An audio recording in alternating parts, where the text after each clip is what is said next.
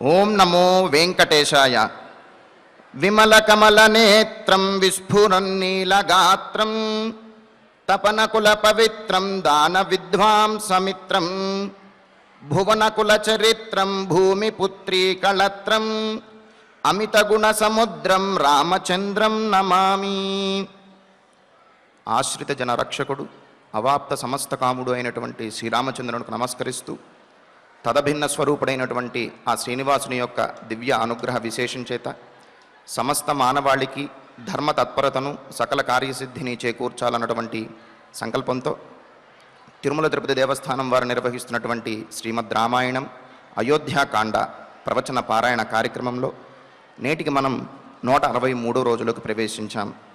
ఈ కార్యక్రమంలో ముందుగా అన్నమాచార్యుల వారి సంకీర్తన అయినటువంటి తెలిసితే మోక్షము తెలియకున్న బంధము అనేటటువంటి కీర్తనను కుమారి లక్ష్మీరాజ్యం గారు అన్నమాచార్య ప్రాజెక్టు కళాకారులు వారి బృందం యొక్క సహకారంతో ఆలపిస్తారు. శ్రవణం చేద్దాం.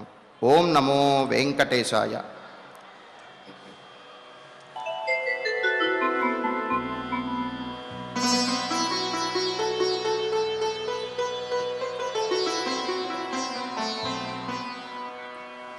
తెలిసితే మోక్షము తెలియకున్న బంధము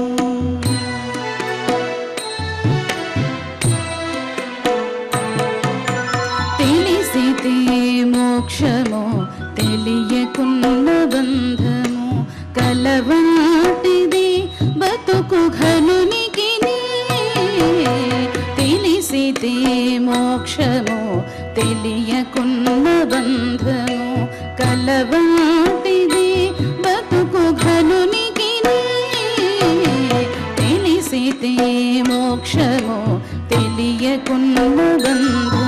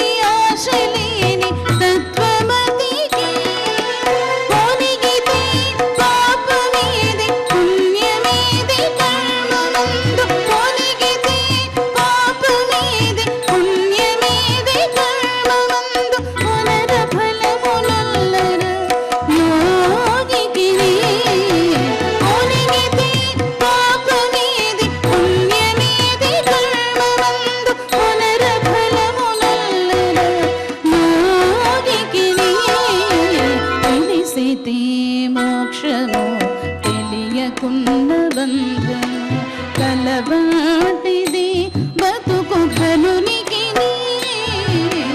తెలిసితే మోక్షము తెలియకున్న బంధము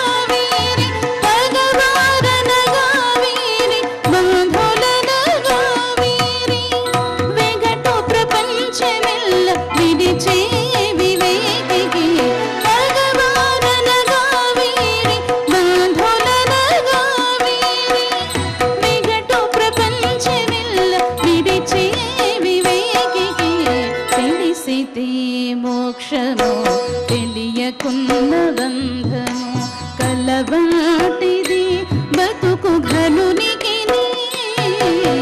తెలిసితే మోక్షము తెలియకున్న బంధము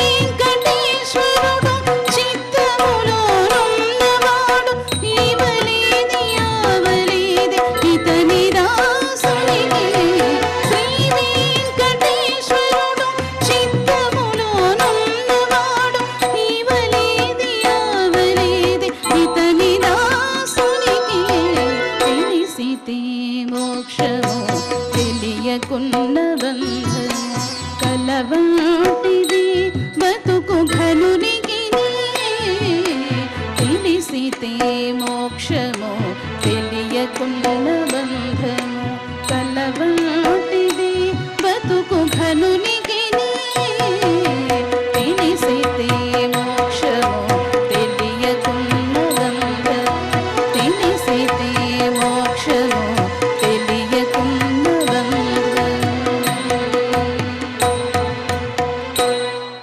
సంకీర్తనను ఎంతో చక్కగా శ్రవణం చేశాం. ఇక ఇప్పుడు శ్రీ గురు ధ్యాన పూర్వకంగా సంకల్ప వాక్యాలను అందరము కలిసి పలుకుతూ ఈ కార్యక్రమాన్ని ప్రారంభించుకుందాం. శ్రీ గురు ధ్యానం. గురుర్బ్రహ్మా గురుర్విష్ణు గురుర్దేవో మహేశ్వరః గురుః సాక్షాత్ పరం బ్రహ్మ తస్మై శ్రీ గురవే నమః. శ్రీనివాస ధ్యానం. శ్రీ వెంకటాద్రినిలయః కమలాకాముకః పుమాన్ అభంగుర విభూతిర్నః తరంగయతు మంగళం. అథ సంకల్పః.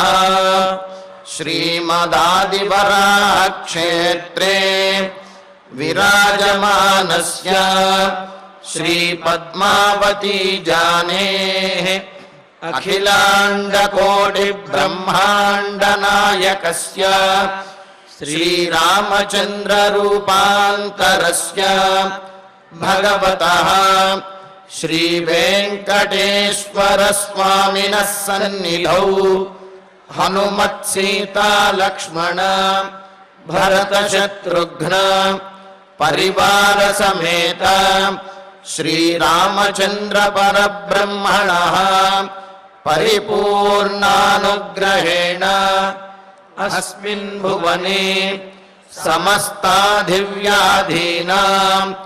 నివారణార్థం భారతవర్షే విద్యా విత్త వాణిజ్య కృషి వైద్య వైజ్ఞానిక దేశరక్షణాదిరంగేషు విద్యమానానాం ఆస్తిక మహాజనానాం సర్వేషాం సకుటుంబానాం ఆయురారోగ్యైశ్వర్య సద్బుద్ధి ఇత్యాది సర్వశుభఫలప్రాప్త్యర్థం ధర్మాచరణ ద్వారా శ్రీరామరాజ్యస్య పునర్వ్యవస్థాపనార్థం ఉద్యోగార్థినాం సముచితోద్యోగ ప్రాప్త్యర్థం దంపతీనాం అనుకూల దాంపత్య సిద్ధ్యర్థం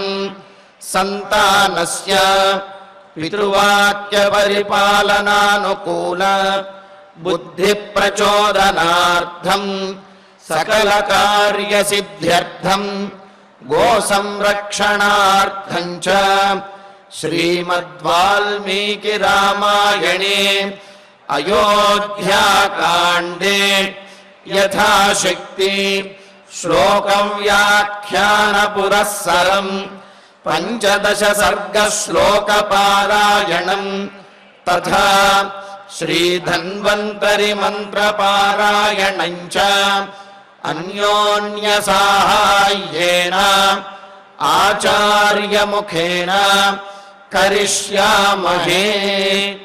శ్రీ వాల్మీకి ప్రార్థనా. కూజంతం రామ రామేతి మధురం మధురాక్షరం ఆరుహ్య కవితా శాఖాం వందే వాల్మీకి కోకిలం. శ్రీ ఆంజనేయ ప్రార్థనా. మనోజవం మారుతతుల్య వేగం జితేంద్రియం బుద్ధిమతాం వరిష్టం వాతాత్మజం వానరయూధ ముఖ్యం శ్రీరామదూతం శిరసా నమామి. శ్రీరామాయణ ప్రార్థనా. వాల్మీకిగిరి సంభూత రామసాగరగామిని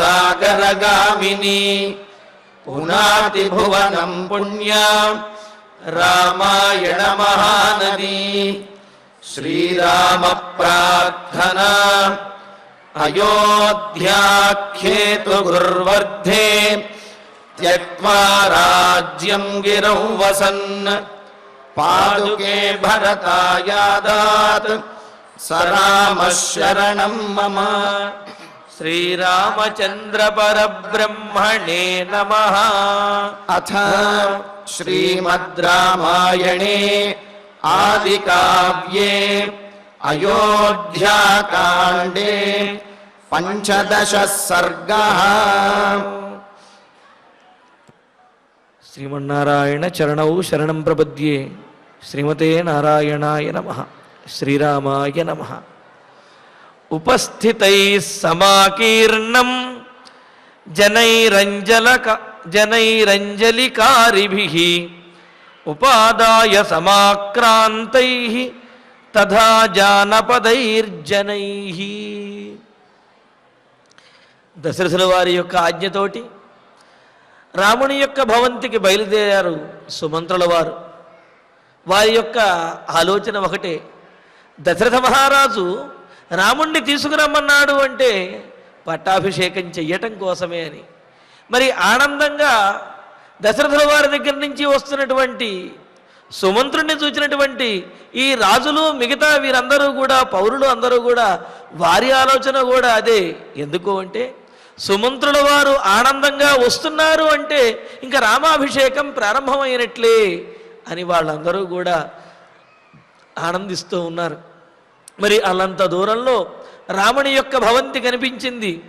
అది మంచు పర్వతంలాగా, కైలాస శిఖరంలాగా చాలా ఎత్తుగాను, అదేవిధంగా ప్రశాంతంగాను, ఇంద్రభవనంతో అనేక వైభవాలతో కూడినటువంటిది, కుబేర భవనంలాగా అనేక సంపదలకు నిలయమైనటువంటిది, అదేవిధంగా అనేకమైన వేదికలతోటి ఎంతో సందడిగాను, కోలాహలంగాను అనేక మంది కళాకారులు వారి వారి యొక్క కళలను ప్రదర్శిస్తూ ఆనందోత్సాహాలతో గడుపుతూ ఉంటే అదంతా చూస్తూ అందరూ కూడా కేరింతలు కొడుతూ ఉన్నారు. మరి ఇంతలో సుమంత్రుల వారు చక్కటి రథాన్ని అధిరోహించి ఆ రాముని యొక్క భవంతి దగ్గరికి, ఆ ప్రాసాదం ముందుకు వచ్చారు. వస్తే అప్పటికే ఏ విధంగా అయితే దశరథ మహారాజు యొక్క భవంతి దగ్గర ఎంతోమంది మహర్షులు, వశిష్ఠాది గురువులు, అదేవిధంగా ఎంతోమంది పురోహితులు, రాజులు, మంత్రులు, ఎంతోమంది జనం ఏ విధంగా అయితే గుమ్ముగూడి ఎక్కువగా ఆ రాజప్రాసాదం యొక్క ప్రధాన ద్వారం పట్టనంతగా ఎంతమంది అయితే ఎలాగైతే ఉన్నారో అదేవిధంగా రాముని యొక్క ఆ భవంతి వద్ద కూడా, ఆ ప్రాసాదం వద్ద కూడా ఎంతోమంది పురప్రజలు రాముడి బయటకు వస్తే ఆ పట్టాభిషేకం చేసుకుపోయినటువంటి పట్టాభిరాముడు అటువంటి అలంకరణతో బయటికి వస్తే ఆ రాముణ్ణి చూచి ఆనందిద్దాము అని అందరూ కూడా ఎదురు చూస్తూ ఉన్నారన్నమాట. అందుకనే అక్కడ సుమంత్రుల వారు వెళ్ళేటప్పటికీ ఆ రాజప్రాసాదం ముందు ప్రధాన ద్వారం దగ్గర, అది కూడా అనుకున్నాం, ఆ ప్రధాన ద్వారము చాలా ఎత్తైనటువంటిది గాను, బంగారపు ద్వారంతో, బంగారపు తలుపులతోటి, అలాగే ఆ ద్వారం పైన సువర్ణ ఖచ్చితమైనటువంటి అనేకమైన శిల్పములు చెక్కబడి ఉన్నాయి. అనేక జంతువులనే శౌర్య వీర్య పరాక్రమాలను పెంచేటటువంటి ఆ అనేకమైనటువంటి జంతువులు, వీరుల యొక్క, వీరి పూర్వతుల యొక్క శిల్పములు ఎన్నో అక్కడ చెక్కబడి ఉన్నాయి. ఆ విధంగా తెల్లనైనటువంటి పర్వతంలాగా ఉన్నది ఆ రాముని యొక్క ప్రాసాదం. మరి దాని యొక్క ప్రధాన ద్వారమేమో బంగారుమయమై దేదీప్యమానంగా ప్రకాశిస్తూ ఉన్నది. ఆ ద్వారం చూడటానికి ఎలాగున్నది అంటే బంగారుమయమైనటువంటి మేరు పర్వతం యొక్క గుహలోకి ప్రవేశిస్తున్నట్టుగా ఉందిట. ఆ ద్వారం గుండా ప్రవేశిస్తూ ఉంటే, అంటే ఆ లోపలంతా కూడా అంత వైభవం, సువర్ణమయం, రత్నమయంగా ఉన్నది. అంత గొప్పగా ఆ రత్నముల కాంతి చేతనే ఆ భవంతి అంతా కూడా, ఆ ద్వారము అంతా ప్రకాశిస్తూ ఉన్నాయి. మరి అటువంటి ఆ రామ భవంతి వద్దకు సుమంత్రుల వారు వచ్చేటప్పటికీ అక్కడ ఎలా ఉంది, ఉపస్థితై సమాకీర్ణం జనైరంజలికారిభి ఉపాదాయ సమాక్రాంతై తథా జానపదైర్జనై అని అన్నారు. మరి అక్కడికి ఉపస్థితై ఎంతోమంది వచ్చి చేరి ఉన్నారు. చేరి వచ్చి వాళ్ళేదో పిచ్చాపాటి మాటలు మాట్లాడుకుంటేనో అన్యాక్రాంతంగానో అన్యమనస్కులై ఉంటామో కాదు, వాళ్ళ దృష్టి ఒకటే ఆ ప్రధాన ద్వారం కేసి రాజమందిరం కేసి చూస్తూ ఉన్నారు. ఎప్పుడు రాముడు వస్తాడా, ఎప్పుడు చూద్దామా అని చెప్పి. అలా కూడా వాళ్ళు ఇంకా ఎలా ఉన్నారు, అక్కడ వచ్చి చేరి అంజలికారిభి చేతులు జోడించి ఎదురు చూస్తూ ఉన్నారు. చూడండి, మనం ఏదైనా ఉత్కంఠభరితమైనటువంటి సన్నివేశాన్ని చూడదలుచుకున్నా, ఎంతో భక్తి శ్రద్ధలతో చూడదలుచుకున్నప్పుడు అప్రయత్నంగా చేతులు ఈ విధంగా వెళ్ళిపోతాయి. అంతెందుకు మనం మన స్వామివారిని వీక్షించేటువంటి సందర్భంలో ఎంత శ్రమపడినప్పటికీ, ఎంతమంది జనంలో ఎంత ఇరుకుగా వెళ్ళినప్పటికీ కూడా స్వామిని చూచిన వెంటనే మన చేతులు ఈ విధంగా రెండు చేతులు జోడించి మరో మనస్సులో వేరే ఆలోచన ఏదీ లేకుండా ఆ దివ్యమంగళ విగ్రహుణ్ణి ఆనంద నిలయంలో ఉన్నటువంటి స్వామివారిని చేతులు జోడించి చూస్తాం. ఈ విధంగా చేతులు పెట్టుకోవాలి అని మనకు ప్రత్యేకంగా ఆలోచన కలగదు. అప్రయత్నంగా చేతులు ఆ విధంగా ఉంటాయి. ఎందుకు అంటే మనలో ఉన్నటువంటి మన మనస్సులో స్వామిని చూడాలి అనే ఆ బుద్ధి, అదేవిధంగా మన శరీరం కూడా ఆ బుద్ధికి అనుగుణంగా ఈ విధంగా చేస్తుందన్నమాట. మరి అలాగే ఆ రామ మందిరం దగ్గరికి, ఆ రాముడి యొక్క భవంతి దగ్గరికి వచ్చినటువంటి వారందరూ కూడా చేతులు జోడించి రాముణ్ణి చూడాలి, రామదర్శనం కావాలి అని చెప్పి ఎదురు చూస్తూ ఉన్నారట. జనైహి, ఎటువంటి జానపదై జనై అని కూడా అన్నారు. జానపదులైనటువంటి జనులు అని. చూడండి, సంస్కారానికి నాగరికుల జానపదుల అనేది లేదు. ఎదుటివారిని గౌరవించాలి అనే బుద్ధి ఉన్నప్పుడు వారు జానపదులైనా నాగరికులైనా ఎవరైనా సరే అటువంటి ప్రవర్తనను కలిగి ఉంటారు. ఆ భావన లేనప్పుడు ఎవరైనా ఒకటేటువంటి భావన, అటువంటి ప్రవర్తన, సత్ప్రవర్తన అనేది ఉండదన్నమాట. కావున మనస్సులో కనుక పరిపూర్ణమైన భక్తి భావన ఉన్నట్లయితే తదనుగుణంగా ప్రవర్తన కూడా ఆ విధంగా ఉంటుంది.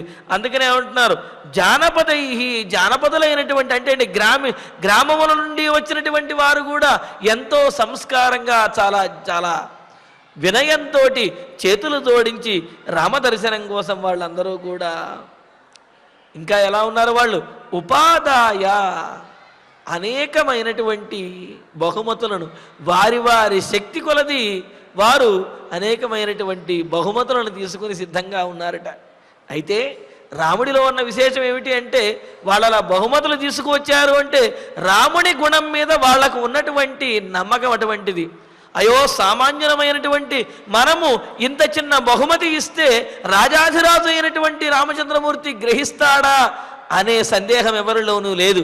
ఎందుకంటే రాముడు సౌశీల్య గుణం గురించి మనం చాలా గొప్పగా చెప్పుకున్నాం. ఏమిటి సౌశీల్యము అంటే, తనకంటే చిన్నవారైనప్పటికీ, తనకంటే ఎంత తక్కువ స్థాయిలో ఉన్నవారైనప్పటికీ కూడా వారితోటి కలిసిమెలిసి ఉండగలగటము, వారిని తనతో పాటు సమానంగా చూడగలగటము, వారిని ఆదరించడమే సౌశీల్య లక్షణం. అటువంటి సౌశీల్యము రాముడిలో ఉన్నదే అని అందరికీ తెలుసు. కావున మరి ఆ జానపదులందరూ కూడా వారి వారికి తోచినటువంటి బహుమతులను తీసుకుని చేతులు జోడించి రామదర్శనం కోసం, పట్టాభిషేకాన్ని వీక్షించడం కోసం అందరూ కూడా రామ మందిరం దగ్గర ఎదురు చూస్తూ ఉన్నారట. అలా వాళ్ళందరి చేత కూడా సమాక్రాంత వాళ్ళందరూ వచ్చినటువంటి వారందరి చేత కూడా ఆవరించబడి ఉన్నది ఆ రామ మందిరం యొక్క ఆ ప్రాంగణము. ఆ ముందు ఆ ప్రధాన ద్వారం దగ్గర ఉన్న ప్రదేశం అంతా కూడా అలాగా వారందరితో కూడా ఆవరించబడి ఉంది. ఇంకా రామాభిషేక సుముఖై ఉన్ముఖై సమలంకృతం మహామేఘ సమప్రఖ్యం ఉదగ్రం సువిభూషితం నానారత్న సమాకీర్ణం కుబ్జకైరావతావృతం అని అంటూ ఇంకా చెబుతున్నారు. ఏమని? రామాభిషేక సుముఖై ఉన్ముఖై సమలంకృతం. ఎలాగా? రాముని యొక్క పట్టాభిషేకం కోసం ఉన్ముఖై, రాముడు సిద్ధంగా ఉన్నాడో లేదో కానీ వీళ్ళు మాత్రం రామాభిషేకం కోసం వీళ్ళందరూ సిద్ధంగా ఉన్నారట. అంటే ఏమిటి? వారికి తగినట్లుగా వారు అలంకరణ చేసుకుని వాళ్ళు సిద్ధంగా ఉన్నారు. ఉన్ముఖులై ఉన్నారు, రాముడి పట్టాభిషేకం కోసం ఎదురు చూస్తూ ఉన్నారు. అలాగే ఇంకెలా ఉన్నారు? సుముఖై ఉన్ముఖై. సుముఖంగా ఉన్నారంటే అనుకూలంగా ఉన్నారు. ఉన్ముఖై తల పైకెత్తి చూస్తూ ఉన్నారు. ఎందుకంటే రాముని యొక్క రాజప్రసాదం అంత ఎత్తుగాను అంత పెద్దదిగాను ఉన్నది కదా. అందుకని అందరి చూపులు కూడా ఇంతే తల పైకెత్తి వాళ్ళందరూ కూడా రాముడు ఎప్పుడు ఆ మెట్లు దిగి కిందకి వస్తాడా, రాముడిని చూద్దామా, రాముడికి తమ చేతిలో ఉన్నటువంటి బహుమతులను సమర్పిద్దామా అని చెప్పి వాళ్ళందరూ కూడా రాముడి కోసం ఎదురు చూస్తూ ఉన్నారు. చూడండి అక్కడ వారి యొక్క భక్తి. ఎన్నో ప్రాంతముల నుండి, మారుమూల గ్రామముల నుండి వచ్చినటువంటి వారి యొక్క ఆలోచన ఒకటే, రాముణ్ణి చూచి తనకు తోచినటువంటి సన్మానాన్ని రాముడికి చెయ్యాలి అని, రాముడికి సమర్పించాలని. ఇది రాముడు గ్రహిస్తాడా గ్రహించడా ఆలోచన లేదు, ఖచ్చితంగా గ్రహిస్తాడు అనే ఆలోచనే. ఈ విధంగా రాముడి మీద ఉన్నటువంటి ఆ ఆనుకూల్యంతో ఎదురు చూస్తూ ఉన్నారు. చూచేవాళ్ళు కూడా ఎలాగా తల పైకి ఎత్తి చూస్తూ ఉన్నారు. ఇక్కడ ఉన్ముఖై అనే దాంట్లో మరొక విశేషం కూడా చెబుతారు. ఉన్ముఖై అంటే ఇక నుంచి మాకు రాముడు రాజు కాబోతున్నాడు అంటే అప్పటి వరకు దశరథ మహారాజు పాలనలోనే వాళ్ళందరూ తలపైకెత్తి ఉన్నారంటే ఏమిటి, చాలా ధైర్యంగా ఉన్నారు. మరి ఇక ఇప్పుడు రాముడు రాజు అయ్యే ముందు నుంచే వీళ్ళందరూ కూడా తలపైకెత్తి చూస్తున్నారు అంటే ఇక మాకు ఎటువంటి భయమూ లేదు, మా రాముడు మాకు రక్షకుడు కాబోతున్నాడు అనే ఆ ధైర్యం కూడా వారందరిలో గోచరిస్తుందట. ఆ విధంగా రాముని యొక్క భవంతి దగ్గరికి వచ్చి రాముని కోసమే వేచి ఉండి చేతులు జోడించి తలపైకెత్తి ఆ రాముడు రాజప్రసాదం నుంచి దిగి వస్తాడేమో అని చూస్తున్నటువంటి జనుల చేత జనై సమాకీర్ణం వ్యాప్తమై ఉన్నది అంటే ఏమిటి, నిండిపోయినది. తథా అదేవిధంగా ఉపాదాయ సమాక్రాంతై, ఇలాగ కానుకలవి కూడా తీసుకొచ్చినటువంటి వారు. ఇంకా రామాభిషేక సుముఖై, రాముని పట్టాభిషేకం విషయంలో చాలా సుముఖులై అనుకూలంగా ఉన్నటువంటి వారు. ఉన్ముఖై, చాలా ఉత్సాహంతో ఆత్మవిశ్వాసంతో మా రాముడు రాబోతున్నాడు అనే ధైర్యంతో కూడా ఎప్పుడెప్పుడని ఎదురు చూస్తూ తలపైకెత్తి చూస్తున్నటువంటి వారితోటి. జానపదై జనై, జానపదులైనటువంటి జనులందరి చేత కూడా మహామేఘ సమప్రఖ్యం అంటే ఏమిటి, అది మేఘం వస్తున్నప్పుడు ఏ విధంగా అయితే అది వర్షిస్తుంది అనే ఉద్దేశంతో అందరూ కూడా రైతులు కానీ ఎవరైనా సరే ఆ మేఘం కేసి ఏ విధంగా తలపైకెత్తి చూస్తూ ఉంటారో అలాగే ఎత్తైనటువంటి శరత్కాల మేఘంలా ఉన్నటువంటి రాముని యొక్క ఆ భవంతి వైపుకి అందరూ కూడా తలపైకెత్తి చూస్తున్నారు. ఎందుకు అంటే అందులోంచి నీలమేఘశ్యాముడైనటువంటి రాముడు వచ్చి తన చూపులతో వారందరినీ కూడా అనుగ్రహిస్తాడు అని, అదేవిధంగా ఆ రాముణ్ణి చూచి వారందరూ కూడా ఆనందించాలి అని చెప్పి ఆ దివ్యమంగళ విగ్రహం యొక్క దర్శనం కోసం వీళ్ళందరూ ఎదురు చూస్తూ ఉన్నారు.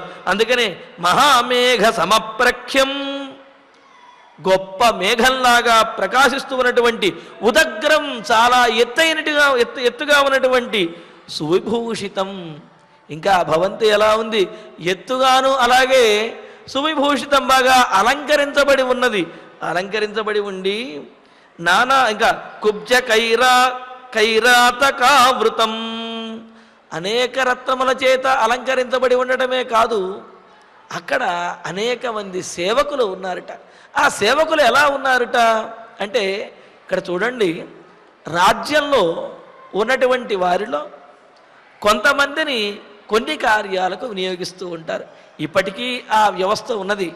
అంటే మనకు సైన్యంలో చేరాలి అనుకోండి, వారికి ఇంత ఎత్తు ఉండాలి, ఈ విధంగా ఉండాలి, వారి యొక్క ఆరోగ్య పరిస్థితి ఇలా ఉండాలి, ఇంత ధైర్య సాహసాలు ఉండాలి అని చెప్పి అంటారు. ఇలాగ అటువంటి వారిని మాత్రమే ఆ సైన్యంలో చేర్చుకుంటారు. ఇలాగా కొన్ని నియమాలు అనేవి ఉంటాయి. మరి అంతఃపురంలో సేవ చేసేవాళ్ళు ఎవరైతే ఉంటారో ఆ సేవ చేసేవాళ్ళు అంత ఎత్తున అంత పొడవునా ఉండవలసినటువంటి అవసరం అనేది లేదు. అందుకని ఈ అంతఃపురంలో చేసేవాళ్ళు కుబ్జ కైరాతకావృతం అని అంటూ, అంటే అంత ఎత్తు లేకుండా కాస్త పొట్టిగా గోచరిస్తున్నటువంటి వారు అని చెప్పి, అంతే. అంటే ఎవరిని ఏ విధంగా వినియోగించాలో ఆ విధంగా మాత్రమే వినియోగిస్తారు తప్ప బాగా ఆజానుబాహుళ్లా ఉన్నటువంటి వాడినేమో అంతఃపురంలో సేవలు చేయటానికి, లేకపోతే కాస్త పొట్టిగా ఉన్నవాడినేమో యుద్ధం చేయడానికి పంపించడం, ఇలాంటి వ్యవహారాలు లేవు. ఎవరు ఏ పని చేయగలరో, ఎవరు ఏ పని చేయడానికి యోగ్యమని అనిపిస్తారో ఆ విధంగా మాత్రమే ఉంచాలి అని రాజనీతిలో తెలియజేశారు.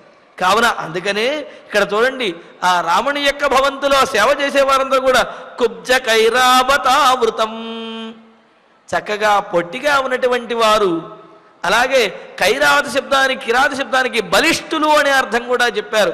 అంటే బలంగా ఉన్నటువంటి వారు, కాస్త ఉన్నతంగా లేకుండా పొట్టిగా ఉన్నటువంటి అనేక మంది సేవకులతోటి ఆ రాజభవంతి ఆ విధంగా చాలా సందడిగా ఉన్నదిట. ఇలాగా మరి ఇంకో మాట కూడా చెబుతారు. కుబ్జ కైరావత అవృతం అంటే కుబ్జం అంటే పొట్టిగా ఉన్నటువంటి వారు, కైరావతం అంటే కిరాతకులు అని అంటే అక్కడ అలంకరణ చేయడానికి వచ్చినటువంటి ఎంతోమంది కిరా అంటే అడవి నుంచి వచ్చినటువంటి వారు అనే అర్థం కూడా మనకి ఇక్కడ చెబుతారనమాట. ఎందుకంటే తోరణములు ఇవన్నీ కూడా అలంకరించేటటువంటి వారు ఉంటారు కదా.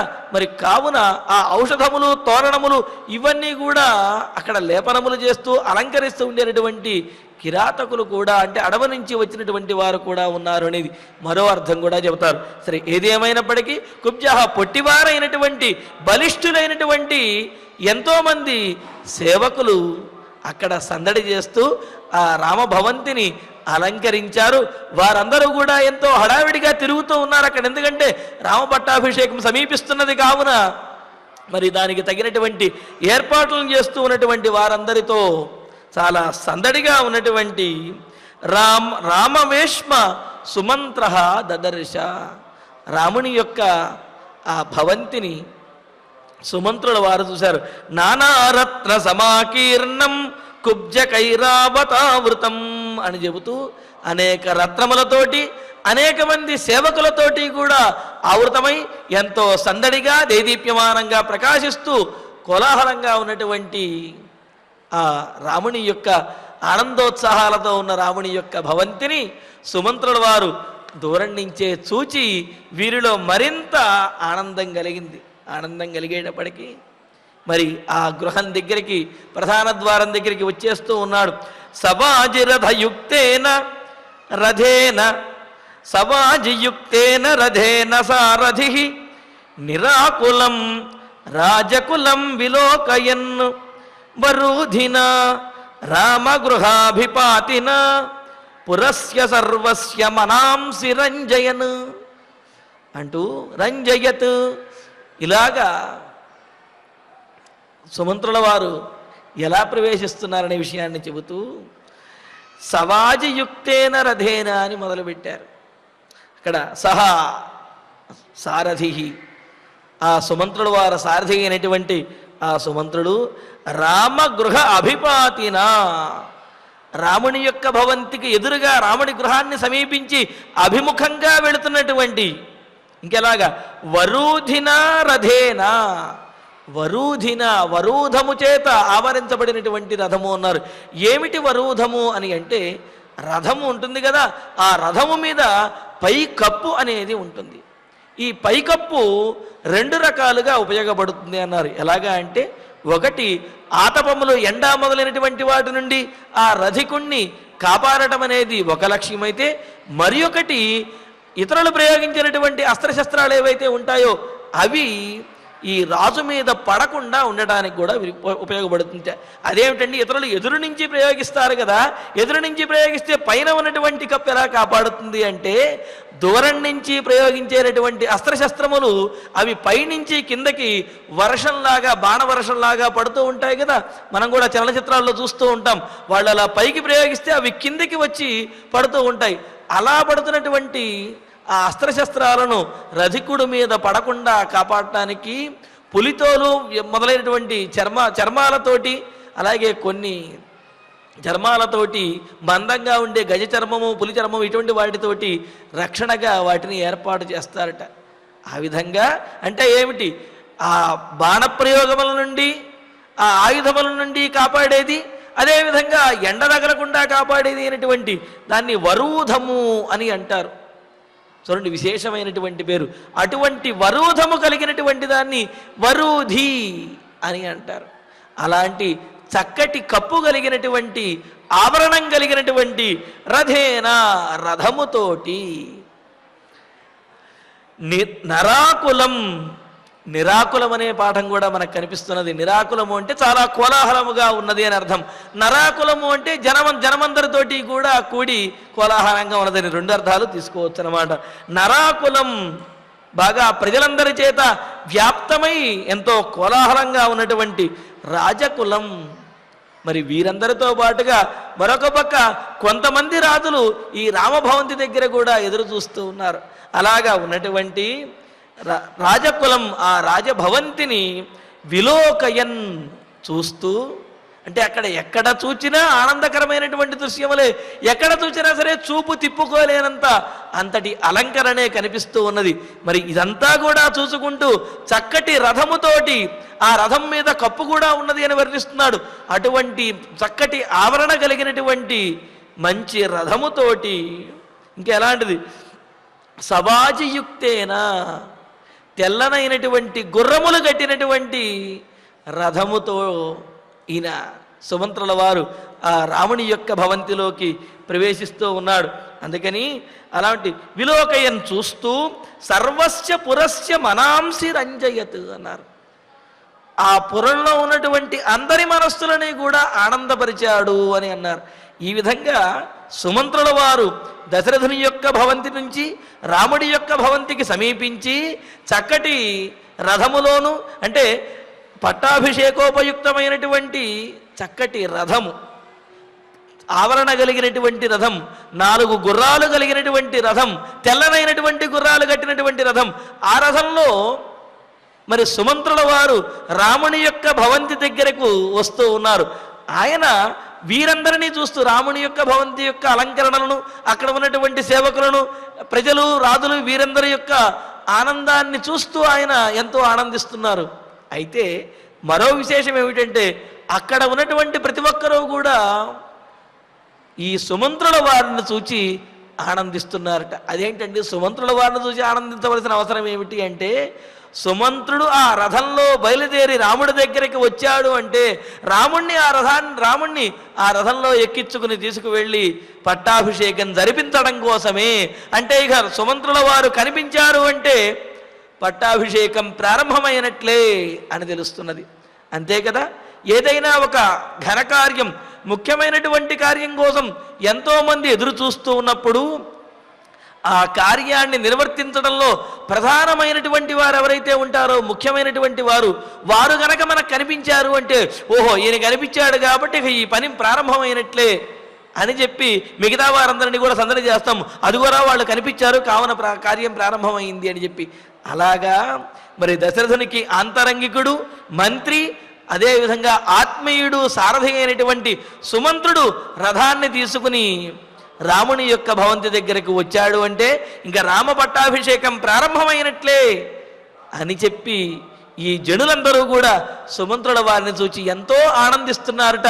మరి ఆ విధంగా వారందరినీ ఆనందపరుస్తూ ఆ రథంలో సుమంత్రుల వారు మరి ఆ రాజప్రాసాదంలోకి, రాముడు ఉన్నటువంటి ఆ ప్రాసాదంలోకి లోపలికి వెళుతూ ఉన్నారు. తతస్సమాసాద్య మహాధనం మహతు ప్రహృష్ట రోమా సబభూవ సారథి మృగైర్మయూరైశ్చ సమాకులోల్బణం గృహం వరార్హస్య శచీపతేరివా.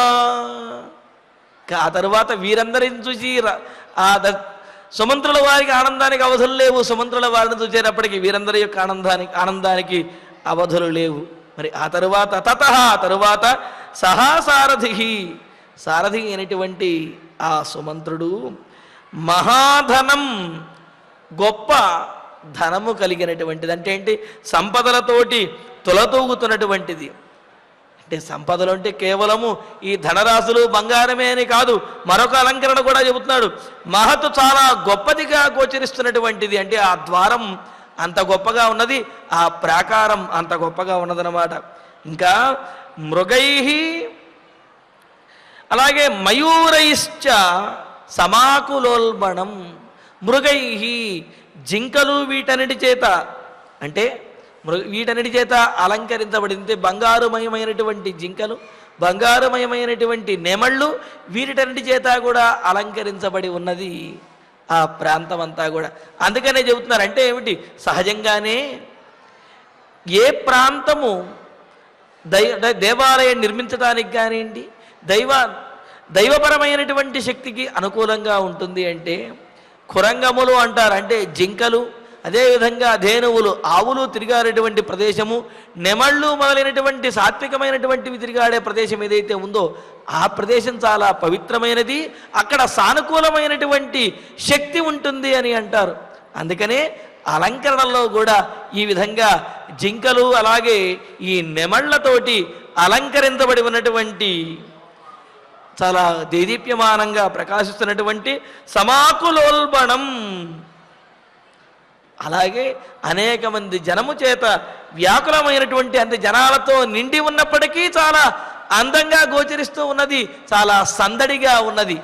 అంతే కదండి, ఎక్కువ మంది జనం వచ్చి సందడిగా ఉన్నప్పుడే ఎంత గొప్ప భవంతికైనా సరే గొప్ప, కానీ ఎంత గొప్ప భవంతి ఉన్నప్పటికీ ఎవడూ కనుక లేకపోతే ఏదో దాన్ని అంటారు కదా, ఎవరూ లేకపోతే బూతు బంగళ అనేదో అంటారు, ఆ విధంగా అనిపిస్తుంది. కావున ఎంత పెద్ద భవంతి ఎంత వైభవంగా ఉన్నది అని కాదు, అక్కడికి ఎంతమంది అభిమానంతో వచ్చారు అనేది అక్కడ ముఖ్యము. మరి ఆ విధంగా జనుల యొక్క ఆనందములతోటి కేరింతలతోటి చాలా అందంగా ఉన్నది, అలంకరణలతో ఉన్నది. ఇంకా శచీపతే గృహం ఇవా, ఇంద్రభవనంలాగా ఎంతో వైభవంగా ఉన్నటువంటిది. వరార్హస్య గృహం, మరి ఆ భవంతిని చూస్తే రాముడికి ఇటువంటి భవంతి ఉండవలసినదే, ఎందుకంటే ఇటువంటి భవంతిని పొందడానికి రాముడే అర్హుడు అన్నట్లుగా అంత గొప్పగా ఆ భవంతి గోచరిస్తున్నదన్నమాట. ఈ విధంగా శ్రేష్టమైనటువంటిది ఏది చూచినా ఇంతకు మించినటువంటి అలంకరణ, ఇంతకు మించినటువంటి వస్తువు, ఇంతకు మించినటువంటి ద్వారము, ఇంతకు మించినటువంటి వైభవము ఇంకెక్కడా లేదు అన్నట్లుగా ప్రతి విషయంలోనూ ఆ విధంగా గోచరిస్తున్నటువంటి ఇంద్రభవనంలా ఉన్న ఆ గృహంలోకి ప్రహృష్టరోమ చూచినటువంటి ఆ గృహాన్ని చూచిన సుమంత్రుల వారు ప్రహృష్టరోమాహ బభూవ, సమాసాద్య గృహం దగ్గరికి వెళ్ళి ఈయన పులకాంకితుడై, అంటే ఏమిటి, ప్రహృష్టరోమాహ పులకించినటువంటి శరీరంతో రోమాంచితమైనటువంటి వాడై ఎంతో ఆనందంగా ఆ రామభవంతిలోకి ప్రవేశిస్తూ ఉన్నాడు. ప్రవేశిస్తూ సతత్ర కైలాస నిభాస్వలంకృతా ప్రవిశ్య కక్ష్యా త్రిదశాలయోపమాః ప్రియాన్నరాన్ రామమతే స్థితాన్ బహూన్ అపోహ్య శుద్ధాంతముపస్థితో రథీ. మరి రథంలో వెళుతూ ఉన్నాడు లోపలికి. ఆ ప్రధాన ద్వారం దగ్గరికి వచ్చేటప్పటికే ఈయన యొక్క ఆనందం మనకు అవసరం లేవు, ఆయనను చూసినటువంటి ప్రజలు కూడా ఎంతో ఆనందిస్తూ ఉన్నారు. మరి అందుకని సతత్రాన్ని మొదలుపెట్టి రథి, రథంలో వెళ్తున్నటువంటి వాడైన సహా ఆ సుమంత్రుడు తత్ర ఆ రామభవనం దగ్గర కైలాస నిభాహ, కైలాస పర్వతంలో ఉన్నట్లుగా ఉన్న, అంటే ఏమిటి, అంతటి ప్రశాంతంగాను కైలాస పర్వతంలాగా ఎంతో ఎత్తుగా ఉన్నటువంటి అలంకృత, చక్కగా అలంకరించబడినటువంటి త్రిదశ ఆలయ ఉపమాహ, త్రిదశాలయోపమాహ అని అన్నారు. దేవతల యొక్క స్వర్గంతో సమానంగా గోచరిస్తున్నటువంటి, అంటే అందరూ అనుకుంటున్నారన్నమాట, ఏ స్వర్గము అంటారు కానీ ఇదిగో రామభవంతిని చూస్తే ఇంతకు మించినటువంటి స్వర్గం ఆ స్వర్గంలో కూడా ఉంటుందా? ఉండదు కదా. కావున ఇంద్రభవనం కూడా ఈ విధంగానే ఉండి ఉంటుంది అని అంటున్నారు. ఇక్కడ త్రిదశాలయోపమాహ అని చెప్పిన చోట విశేషంగా చెబుతారు. అంటే ఏమిటి, స్వర్గంతో పోల్చదగినటువంటిది ఈ రామభవంతి అని చెప్పటం ఒక ఉద్దేశ్యం అయితే, రామభవంతిలాగా స్వర్గం కూడా ఉండి ఉంటుంది అని ఈ విధంగా అతిశయంగా చెప్పటం మరొక ఉద్దేశ్యము అని అంటారు. అంటే ఏమిటి, రామభవంతిని చూస్తే స్వర్గాన్ని కూడా చూడవలసినటువంటి అవసరం లేదు, అంత వైభవంగా రాముని యొక్క ఆ భవంతి, ఆ ప్రాంగణము, ఆ ప్రాకారము, ఆ ద్వారము మరియు అంత వీటన్నిటితో కలిసి ఆ ప్రజల యొక్క ఆనందము అంత గొప్పగా ఉన్నది అని అన్నారు. చూడండి, రామ పట్టాభిషేకం కోసం ఎంత ఆనందంగా ఎదురు చూస్తున్నారు. ఎక్కడైతే ఆనందం ఉంటుందో అదే స్వర్గము, ఎక్కడైతే ఆనందం ఉండదో అది నరకము అని చెప్పటం ఇక్కడ ఉద్దేశ్యం. అందుకనే ఎన్ని సంపదలు ఉన్నా, ఎంత భవంతిలో ఉన్నా సరే ఆనందం మానసికమైనటువంటి ఆనందం లేకపోతే అది స్వర్గం అవ్వదు. ఎక్కడ ఉన్నప్పటికీ కూడా అంత సంపదలు లేకపోయినా ఆనందంగా కనుక ఉన్నట్లయితే అది స్వర్గం అవుతుంది. మరి ఇక్కడ విశేషము అటువంటి స్వర్గంలో ఉండే వైభవము, ఆనందము రెండూ ఉన్నాయి. అందుకనే ఇక్కడ ఏమంటున్నారు, త్రిదశాలయోపమాహ అంటే ఆ స్వర్గంతో పోల్చదగినటువంటిది ఈ రామ మందిరము. ఇంకా చెప్పాలి అంటే ఈ రామ మందిరము ఇలాగే స్వర్గం ఉంటుందేమో అని చెప్పి అంటున్నారు. ఇలాగా ఆ విధంగా ఉన్నటువంటి స్వర్గధామంలాగా, ఇంద్రభవనంలాగా ఎంతో ఆనందకరంగా, దేదీప్యమానంగా, వైభవంగా ఉన్నటువంటి ఆ రాముని యొక్క భవంతి ప్రాసాదం దగ్గరికి కక్ష్యాహ, ఆ కక్ష్యలను అంటే ఆ ఆవరణములు ఉంటాయి. రాజుల యొక్క ఆ భవంతుల చుట్టూ కూడా 3 ఆవరణలలో రక్షణ వ్యవస్థ ఏర్పాటు చేయబడి ఉంటుంది. ఆ 3 ప్రాంగణములను, 3 ద్వారములను దాటుకుని లోపలికి వెళ్ళినట్లయితే ఆ భవంతి కనిపిస్తుంది. అయితే ఎత్తైనటువంటి భవంతి అవ్వటం వల్ల ప్రాకారం బయట నుండి కూడా కనిపిస్తూ ఉన్నది, అంత గొప్పగా ఉన్నది. మరి అటువంటి కక్ష్యాః అలంకృతాః కక్ష్యాః ప్రవిశ్య, అలంకరించబడినటువంటి ఆ కక్ష్యలలో, ఆవరణలలో, ఎటువంటి ఆవరణములవి స్వర్గధామంలాగా గోచరిస్తున్నటువంటి ఆ ఆవరణలో ప్రవిశ్య, లోపలికి ప్రవేశించినటువంటి వాడై, ఇంకా ప్రియాన్ నరాన్ రామమతే స్థితాన్ అని అన్నారు. ప్రవేశించి ప్రియాన్ ఇష్టమైనటువంటి వారు, ఎవరి మీద? రాముడి అంటే ఇష్టమైనటువంటి వారు, సుమంత్రుడు అంటే ఇష్టమైనటువంటి వారు, సుమంత్రుడిని చూస్తేనే ఆనందించినటువంటి వారైనా రామమతే స్థితాన్, అందరి యొక్క మతిలోనూ బుద్ధిలోనూ కూడా ఒక్కడే రాముడే. కావున రామమతే స్థితాన్, రాముని యందే అభిమతం కలిగినటువంటి వాళ్ళు, రామ పట్టాభిషేకం మీదే ఆశ కలిగి అలా రాముని హితము కోసము, రామ పట్టాభిషేకం కోసము ఎదురు చూస్తున్నటువంటి వారైన నరాన్, ఎంతోమంది ప్రజలను, బహూన్ అక్కడే చెప్పేశారు, బహూన్ నరాన్, ఎంతోమంది ప్రజలను, అపోహ్య, వారందరినీ కూడా దాటుకుంటూ, మెల్లమెల్లగా దాటుకుంటూ ఈ రథం వస్తూ ఉంటే మరి రథానికి అడ్డుపడినట్టయితే రామ పట్టాభిషేకానికి ఆలస్యం అవుతుంది.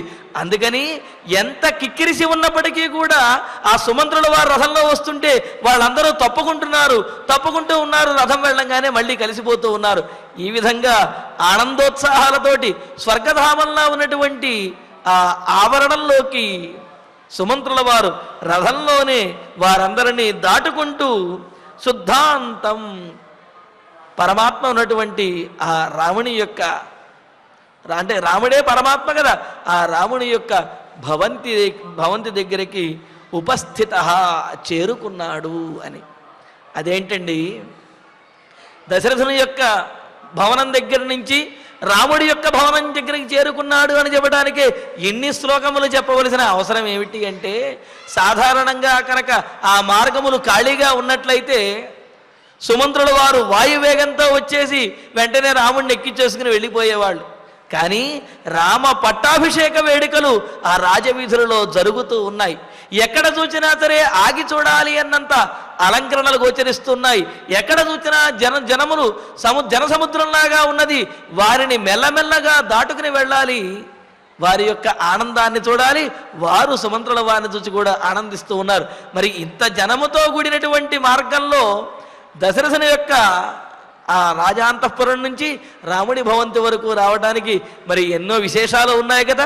మరి ఆ విశేషాలన్నింటినీ కూడా మనకి చూపించడం కోసము అని చెప్పి, మనకు తెలియజేయటం కోసము అని మరి వాల్మీకి మహర్షి ఇన్ని శ్లోకములలో చక్కగా వర్ణించి మనకు దృశ్య కావ్యంలాగా చూపిస్తూ ఉన్నారు. మరి ఆ విధంగా రథముపై వెళుతున్నటువంటి ఆ సుమంత్రుల వారు అక్కడ కైలాస పర్వతంలో తుల్యమైనటువంటి, చాలా ప్రశాంతంగా ఎత్తుగా ఉన్నది, చాలా చక్కగా అలంకరించబడినది, దేవతా గృహములలాగా గోచరిస్తున్నటువంటిది. చూడండి, అంటే ఇది ఒక దేవాలయంలాగా గోచరిస్తున్నటువంటిది, ఇంకా స్వర్గధామంలా ఉన్నటువంటిది అయిన ఆ రాముని యొక్క భవంతి వద్ద ఉన్నటువంటి ప్రాకారములలో, ఆవరణములలో ప్రవేశించి రాముడి గురించే ఎదురు చూస్తూ రాముణ్ణే తమ మనస్సు నిండా నింపుకుని ఉన్నటువంటి ఆ ప్రజలందరినీ చూస్తూ వారిని దాటుకుంటూ అంతఃపురం దగ్గరికి, రాముని యొక్క భవంతి దగ్గరికి సుమంత్రుల వారు ప్రవేశించారు.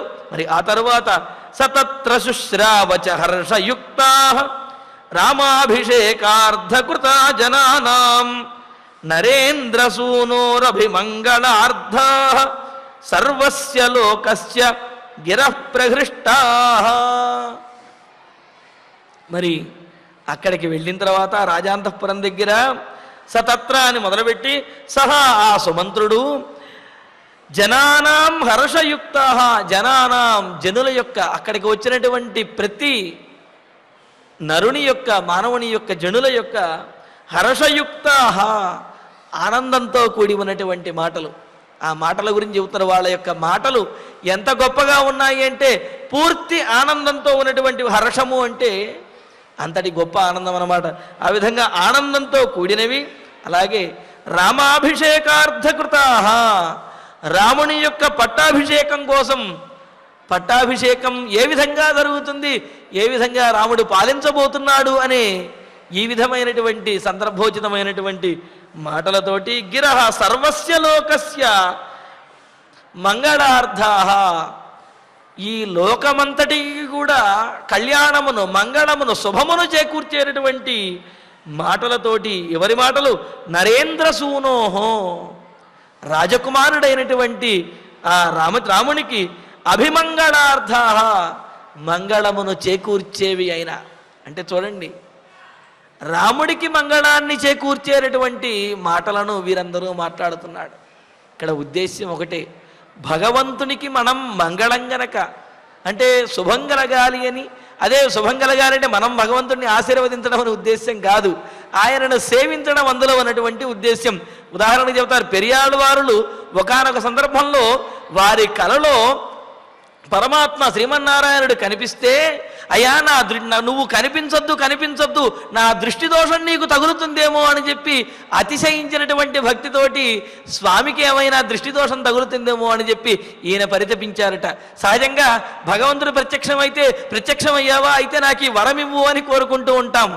కానీ అతిశయించినటువంటి భక్తితో ఉన్నటువంటి వారు ఎలా ఉన్నారు అంటే, అయ్యో నాకు కనిపించినట్లయితే ఈ ఐహికమైనటువంటి ప్రపంచంలో అనేకమైనటువంటి దుష్ట కార్యములు చూచినటువంటి ఈ కళ్ళతో నిన్ను చూచినట్లయితే నీకేమైనా దృష్టి దోషం తగులుతుందేమో, కావున నన్ను కనిపించవద్దు, నాకు నీ అనుగ్రహం ఉంటే చాలు అని చెప్పి ఆళ్వారాదులు అప్పట్లో కీర్తించారట. అంటే అతిశయించినటువంటి భక్తి అది. అలాగే ఇక్కడ కూడా చూడండి, రామాభిషేకార్థకృత నరేంద్రసూనోహో, ఆ దశరథ మహారాజు యొక్క పుత్రుడైనటువంటి రామునికి అభిమంగళార్థ, మంగళములను చేకూర్చేటటువంటివి. అంటే రాముడికి మంచి జరగాలి, రాముడికి శ్రేయస్సు కలగాలి అనేటటువంటి ఈ మాటలతోటి, పరిపూర్ణమైనటువంటి మనస్సుతోటి.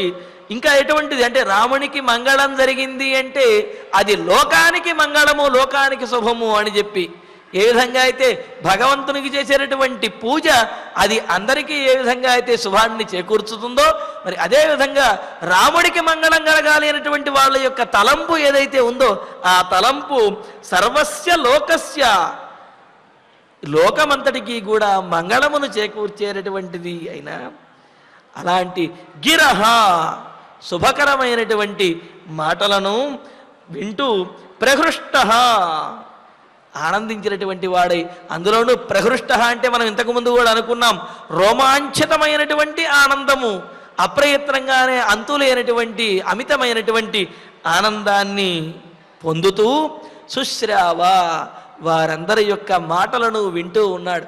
ఎందుకు అంటే, సుమంత్రుల వారు రామచంద్రమూర్తిని చిన్నప్పటి నుండి, ఆ రామలక్ష్మణ భరత శత్రుఘ్నుని చిన్నప్పటి నుండి కూడా ఎత్తుకుని, భుజముల మీద ఎత్తుకుని ఆడించినటువంటి వాడు సుమంత్రుడు. దశరథునికి ఆత్మీయుడు, రామునికి దశరథునికి ఎప్పుడు మంచి జరగాలి అనే ఆలోచనతో ఉండేటటువంటి వాడు. మరి అటువంటిది తన కనుల ముందు పెరిగినటువంటి ఆ చిన్నవాడు బాలరాముడు ఈనాడు పట్టాభిషేకం చేసుకునేంత గొప్పవాడి అయి ఆ రాముణ్ణి జనులందరూ కూడా ఈ విధంగా వేనోళ్ల కొనియాడుతూ ఉంటే, రాముడికి పట్టాభిషేకం జరగాలి అని వారందరూ ఎదురు చూస్తూ అదే లోక కళ్యాణము అని వాళ్ళందరూ భావిస్తూ ఉంటే, అది వింటున్నటువంటి సుమంత్రుల వారి యొక్క ఒళ్ళు పులకరిస్తూ ఉన్నది. ఆయన యొక్క ఆనందానికి అవధులు లేవు. ఆ విధంగా వారి యొక్క మాటలన్నీ కూడా వింటూ ఆ అంతఃపురంలోకి సుమంత్రుల వారు ప్రవేశిస్తున్నారు. మరి ఆ విధంగా ప్రవేశిస్తున్న సుమంత్రుల వారు రామచంద్రమూర్తిని చేరుకుని ఏ విధంగా మాట్లాడారు, రామచంద్రమూర్తి ఎలాగా సుమంత్రులతో ఇచ్చేశారనే విశేషాలను తరువాతి ప్రవచనంలో తెలుసుకుందాము. ఇక ఇప్పుడు ఆచార్యుడు వారి ద్వారా శ్లోకాలను పారాయణ చేసుకుందాం. ఉపస్థితైః సమాకీర్ణం జనైః అంజలికారిభిః